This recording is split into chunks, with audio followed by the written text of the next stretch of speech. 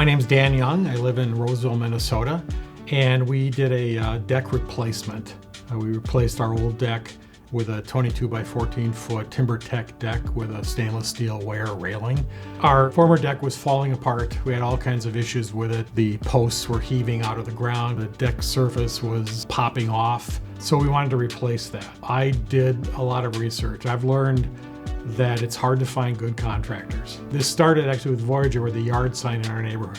We called, and it's good when you call an organization and somebody actually answers the phone. And just in interacting with the Voyager team prior to us signing the contract, I could tell we were dealing with a professional organization. And Keith came out and we explained some of the complications that we wanted Voyager to solve, like the stairs going down to a patio, that the old deck had ruined the surface because the weight of the stairs was on the pavers. And Keith knew exactly what I was talking about. He said, yes, we do that all the time. We went through some catalogs with him in our house of various products, TimberTech and some of the other competitors to TimberTech. And we went with TimberTech. We chose colors. He sent us some actual samples of their product that we looked at and compared to the color of the house. And we talked about some ideas like a border around the outside of the deck, which we decided to do, and it's absolutely incredible. And the ground at our house is all clay. And that's one reason we had a problem with the posts heaving on the old deck. So he recommended, I think it's called helical piers. They drive these 7 to 8 foot steel piers into the ground, and that's what the posts of the new deck are resting on. Once we got the bid done and it was a competitive price, we decided to go with Voyager. The installation was flawless. Just watching them work, the effort they put into making sure it was an incredible build was just wonderful to watch. It was as if they were building a deck on their own home.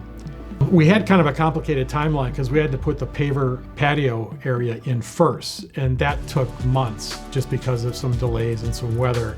So we stayed in touch with Keith, and then once we had a target date for that completion of the patio and the landscaping that went around it, Voyager said we could be out there in a week after that was done. And that was late September, early October.